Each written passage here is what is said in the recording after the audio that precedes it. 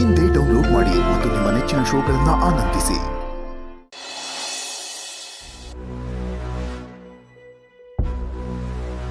ನಂದಿನಿ ಅಮ್ಮವ್ರನ್ನ ಎಲ್ಲೆಲ್ಲಿ ಅಂತ ಹುಡುಕ್ಲಪ್ಪ. ಎಷ್ಟು ಹುಡುಕಿದ್ರು ಅವ್ರ ಬಗ್ಗೆ ಸುಳಿವೇ ಸಿಗ್ತಾ ಇಲ್ವಲ್ಲ.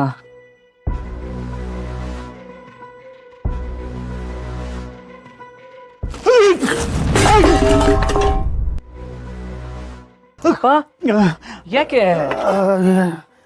ಎತ್ಕೊಡ್ತೀನಿ ಬಿಡು. ಇಲ್ಲಿ ಪರವಾಗಿಲ್ಲಪ್ಪ, ನಾನೇ ತಗೋತೀನಿ. ಪರವಾಗಿಲ್ಲ.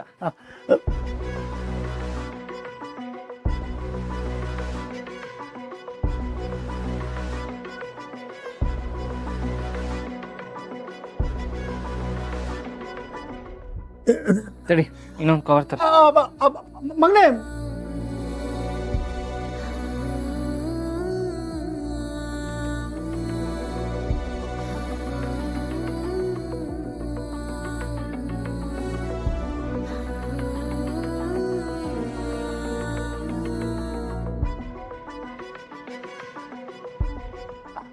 ಅಲ್ಲಪ್ಪ, ಇಷ್ಟು ಐಟಮ್ ಎಲ್ಲಿಗೆ ತೊಗೊಂಡೋಗ್ತಾ ಇದೆಯಾ?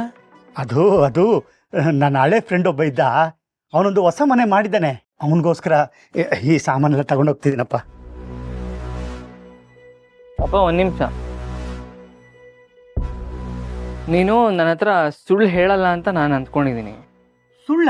ಅಪ್ಪಿ ತಪ್ಪಿ ನೀನೇನಾದ್ರು ಸುಳ್ಳು ಹೇಳಿ ಅದು ನನಗೆ ಗೊತ್ತಾಗಲ್ಲ ಅಂತ ನೀನೇನಾದ್ರು ಅಂದ್ಕೊಂಡಿದ್ಯಾ? ನಾನು ಯಾಕಪ್ಪ ಸುಳ್ಳು ಹೇಳಿ, ನಾನು ನಿಜನೇ ಹೇಳ್ತಾ ಇದ್ದೀನಿ. ನನಗೆ ತುಂಬ ಹಳೇ ಸ್ನೇಹಿತ, ಅವನ ಬಗ್ಗೆ ನಿನಗೆ ಗೊತ್ತಿಲ್ಲ ಬಿಡು. ಅಪ್ಪ, ನಂದಿನಿ ಅಮ್ಮವ್ರು ಎಲ್ಲಿದ್ದಾರೆ, ಅವ್ರು ಹೇಗಿದ್ದಾರೆ ಅಂತ ನಮಗೆ ಗೊತ್ತಿಲ್ಲ. ಅವ್ರನ್ನ ಹುಡುಕ್ದಿರೋ ಜಾಗನೂ ಇಲ್ಲ. ಇಬ್ರು ಎಷ್ಟು ಕಷ್ಟಪಟ್ಟು ಹುಡುಕ್ತಾ ಇದ್ದೀವಿ. ನನಗಂತೂ ಎಷ್ಟು ಟೆನ್ಷನ್ ಆಗಿದೆ ಗೊತ್ತಾ.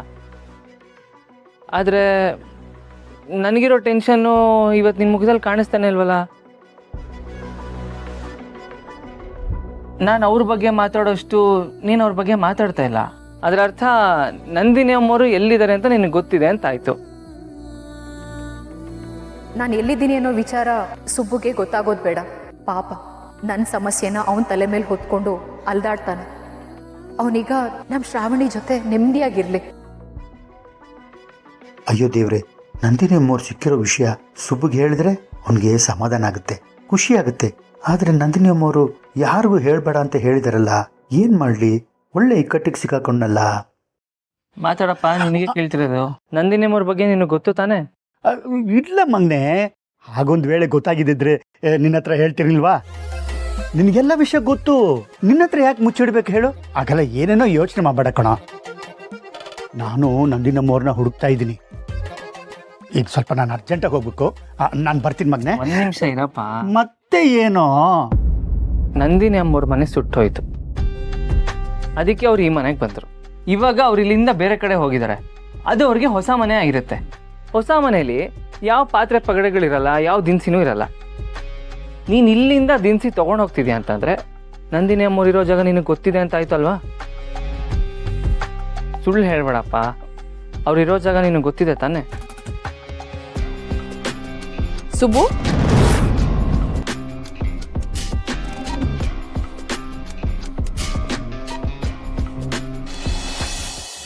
ಹಬ್ಬಗಳನ್ನು ಆಚರಿಸೋದು ನಮ್ಮ ಸಂಸ್ಕೃತಿ, ನಮ್ಮ ಪದ್ಧತಿ. ಅದರಲ್ಲೂ ಹುಟ್ಟಿದ ದಿನಾನೂ ಹಬ್ಬನೇ ಅಲ್ವಾ? ಆ ಕ್ಷಣ ನಮ್ಮನ್ನ ನಮ್ಮ ತಂದೆ ತಾಯಿಗಳು ನೋಡಿ ಆನಂದ ಪಟ್ಟಿರೋಂಥ ಕ್ಷಣ.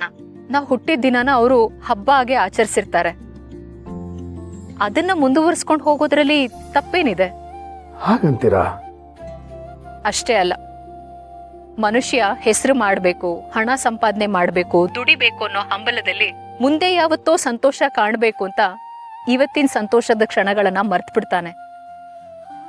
ಅದಕ್ಕೆ ಇಂಥ ಹಬ್ಬಗಳ ನೆಪದಲ್ಲಾದ್ರೂ ನಮ್ಮ ಸಂತೋಷ, ನಮ್ಮ ಸಂಭ್ರಮ ಮತ್ತೆ ನಮಗ್ ಸಿಗ್ಬೇಕು. ನಗೋದನ್ನೇ ಮರ್ತಿರೋ ನಮ್ಗೆ ನಗುನ ನೆನಪು ಮಾಡ್ಕೊಳ್ಳೋದಕ್ಕೆ ಅಂತಾನೆ ಈ ಹಬ್ಬಗಳು ಬರೋದು. ಅದರಲ್ಲೂ ನಮ್ಮ ಹುಟ್ಟಿದ ಹಬ್ಬದ ದಿನ ನಮ್ಮ ಹತ್ರದವರು ಎಲ್ಲರನ್ನೂ ಕರೆದು ಅವ್ರ ಜೊತೆ ಸಮಯ ಕಳೆಯೋದ್ರಲ್ಲೂ ಒಂದು ಅರ್ಥ ಇದೆ ಅಲ್ವಾ? ಬದುಕೆ ಒಂದು ಸೆಲೆಬ್ರೇಷನ್ ಅಂತ ಹಿರಿಯರು ಹೇಳ್ತಾರೆ. ಕಡೆ ಪಕ್ಷ ನಾವು ನಮ್ಮ ಹುಟ್ಟಿದ ಹಬ್ಬನಾದ್ರೂ ಸೆಲೆಬ್ರೇಟ್ ಮಾಡ್ಕೊಳ್ಬೇಕಲ್ವಾ? ಇದು ನನಗನ್ಸೋದು. ನಿಮ್ಮ ಮಾತು ಕೇಳ್ತಿದ್ರೆ ನನ್ನ ಸ್ನೇಹಿತರನ್ನೆಲ್ಲ ಇನ್ವೈಟ್ ಮಾಡಿ, ಸಂಬಂಧಿಕರನ್ನೆಲ್ಲ ಇನ್ವೈಟ್ ಮಾಡಿ ಅವ್ರ ನಡುವೆ ಬರ್ಡೇ ಮಾಡ್ಕೋಬೇಕು ಅಂತ ಅನ್ನಿಸ್ತಾ ಇದೆ. ಬರ್ಡೇಗೆ ನೀವು ಬರ್ತೀರಾ?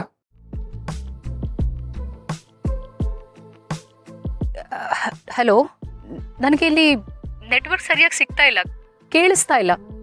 ಹಲೋ, ಅಲ್ಲ,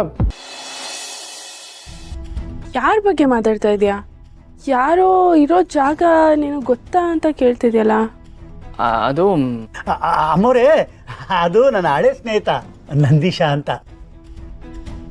ನನಗೆ ಕಷ್ಟ ಕಾಲದಲ್ಲಿ ತುಂಬ ಸಹಾಯ ಮಾಡಿದ್ದ. ಅವ್ನು ಎಷ್ಟೋ ವರ್ಷ ಆದಮೇಲೆ ನನಗೆ ಸಿಕ್ಕಿದ್ದಾನೆ. ಅವನು ನೋಡೋಕೆ ಹೋಗ್ತಿದ್ದೆ, ಅದನ್ನೇ ಸುಬ್ಬಗೆ ಹೇಳ್ತಾ ಇದ್ದೆ. ಸುಬ್ಬು, ಬರ್ತೀನಿ ಮಗನೆ, ಲೇಟ್ ಆಯಿತು. ಹಾಂ, ಇಲ್ಲ ಅಪ್ಪ, ನನಗೆ ಚೆನ್ನಾಗಿ ಗೊತ್ತು ನೀನು ಹೋಗ್ತಾ ಇರೋದು ನಂದಿನಿ ಅಮ್ಮವ್ರನ್ನ ನೋಡೋಕ್ಕೇನೆ. ಸುಬ್ಬು, ಮಾವ ನಿಜ ಹೇಳ್ತಿದ್ದಾರೆ ಅಂತ ಅನ್ನಿಸ್ತಾ ಇದೆಯಾ ನಿನಗೆ?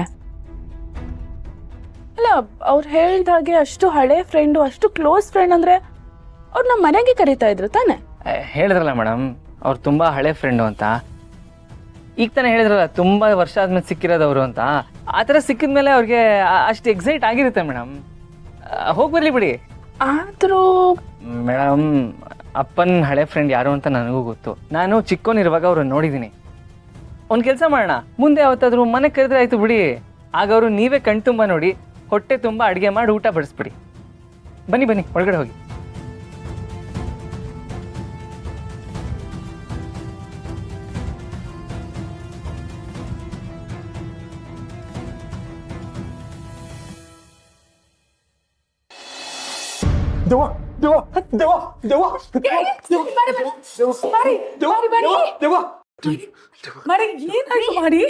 ರೀ, ಏನಾಯ್ತು ನಿಮ್ಗೆ? ಯಾರನ್ನ ನೋಡಿದ್ದೆವ್ವ ಅಂತ ಹೇಳ್ತೀವ್ರಿ, ಇಲ್ಲೆಲ್ಲ ಐತೆ ದೆವ್ವ?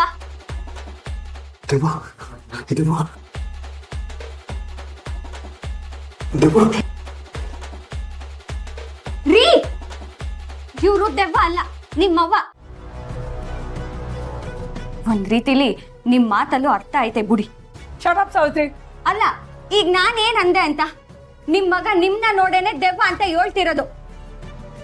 ಅವನು ನನ್ನನ್ನ ನೋಡಿ ದೆವ್ವ ದೆವ್ವ ಅಂತ ಹೇಳ್ತಾ ಇಲ್ಲ, ಏನೋ ನೋಡಿದಾನೆ, ಅದನ್ನೇ ಮತ್ತೆ ಮತ್ತೆ ನೆನ್ಪು ಮಾಡ್ಕೊಂಡು ಹೆದರ್ಕೋತಾ ಇದ್ದಾನೆ.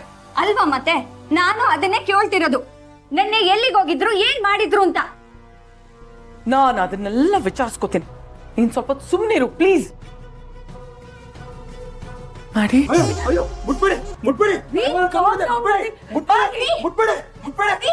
ಸಮಾಧಾನ ಮಾಡ್ಕೊಳ್ಳಿ, ಸಮಾಧಾನ ಮಾಡ್ಕೊಳ್ಳಿ.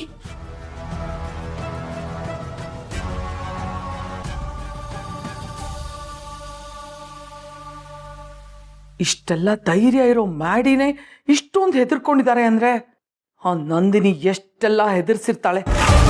ಅವಳು ಸಾಮಾನ್ಯದವಳೆ ಅಲ್ಲ, ಅಸಾಮಾನ್ಯದವಳಲ್ಲ ಅಂತ ಮತ್ತೆ ಮತ್ತೆ ಸಾಬೀತು ಮಾಡ್ತಿದ್ದಾಳೆ.